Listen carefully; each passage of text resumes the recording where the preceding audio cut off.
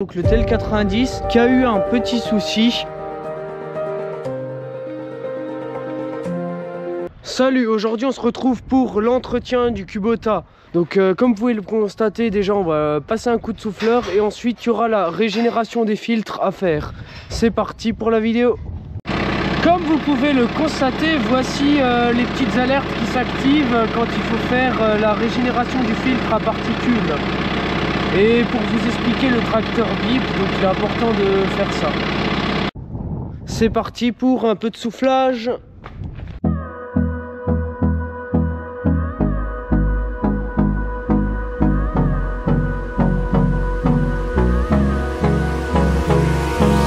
Hold me close till I get up. Time is barely on our side. On arrive à la prochaine étape. Après avoir mis la boîte de vitesse sur parking comme demandé, il n'y a plus qu'à appuyer sur ce bouton là. Et ensuite on laisse le tracteur faire. Donc le tracteur va monter dans les tours pendant un moment pour permettre au filtre de se régénérer. Et puis le tracteur se remettra à régime normal une fois terminé. On se retrouve le soir pour charger ce qu'il y a à charger dans le fourrage. On va le charger dans cette machine là. I don't wanna waste what's left. The storms we chase are leading us, and love is all we'll ever trust. Yeah, no, I don't wanna waste what's left. And on.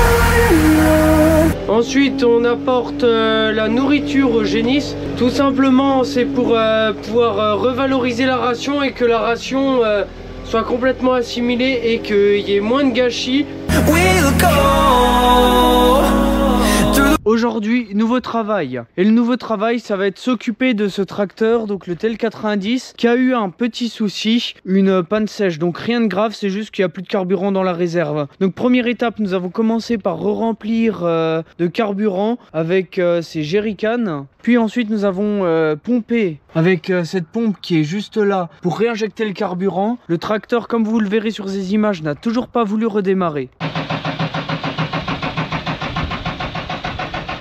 Et on a démonté la partie au-dessus du filtre pour faire sortir l'air. Maintenant on va voir si le tracteur il démarre. Alors petit problème qu'on a eu aussi lors du démontage, la pièce est sortie, elle a fait un bruit bizarre comme si elle craquait. Donc on ne sait pas si elle est cassée ou si elle est encore toujours entière. On a réussi à la remettre, on espère qu'elle n'est pas cassée.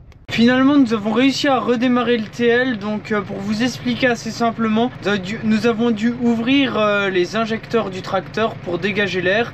Et puis depuis le tracteur il redémarre comme si de rien n'était. La deuxième étape est somme toute assez simple, aller décrocher cette bétaillère. Vous allez me demander mais pourquoi on a accroché cette bétaillère? Alors pour vous expliquer, tout simplement on a eu des génisses qui étaient quelque peu réfractaires de sortir du bâtiment. Donc on a des génisses qu'on a déplacées du bâtiment des vaches, enfin du bâtiment des génisses vers le bâtiment des vaches. Et pour faire simple, on a été obligé de prendre la bétaillère comme elle ne voulait pas passer entre les bâtiments. Elles n'arrivaient pas à comprendre exactement où elles devaient aller. Ça arrive une fois de temps en temps, bon c'est rien de grave, mais du coup on a dû sortir la bétaillère. Alors bien évidemment, je n'ai pas les images, mais vous aurez les images de quand je décroche la bétaillère. Tout ce qu'il me reste à faire, c'est à fermer cette vanne, donc pour que la machine reste à cette hauteur même une fois qu'on l'a décroché, parce que comme vous pourrez vous en douter, une fois qu'on décroche, il n'y a plus rien qui maintient la pression, mis à part cette vanne. On se retrouve juste après, machine décrochée, avec quelques difficultés je l'avoue. Maintenant, plus qu'à enlever ça, et à laisser le vent presque pousser le portail. Et puis, travail terminé pour aujourd'hui. Cet après-midi, on va sortir du fumier, c'est parti.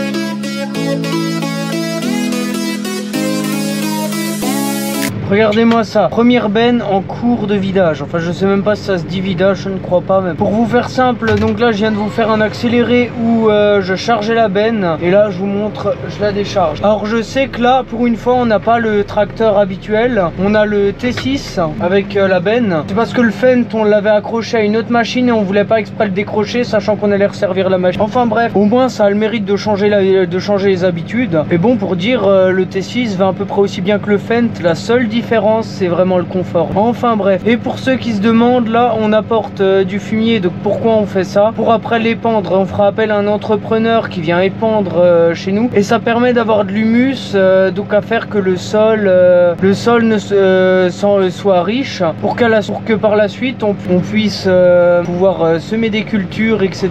On se retrouve à la toute fin du chantier. Donc je vous ai filmé le tout début du chantier, mais je vous ai pas filmé la fin. Donc nous voilà justement à la fin. Donc nous avons béné 6 tas de fumier cet après-midi, ce qui, on va pas se mentir, pour une après-midi est vraiment pas mal.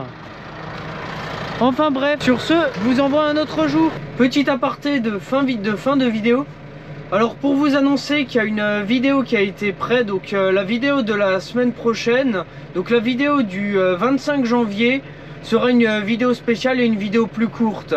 Une vidéo sur un test de matériel. Bien évidemment, je vous fais la surprise de qu'est-ce que c'est comme matériel. D'ailleurs, n'hésitez pas à me faire des retours de ce que vous pensez de cette vidéo. Et n'hésitez pas à commenter, liker, vous abonner. C'était Alzagri, allez ciao!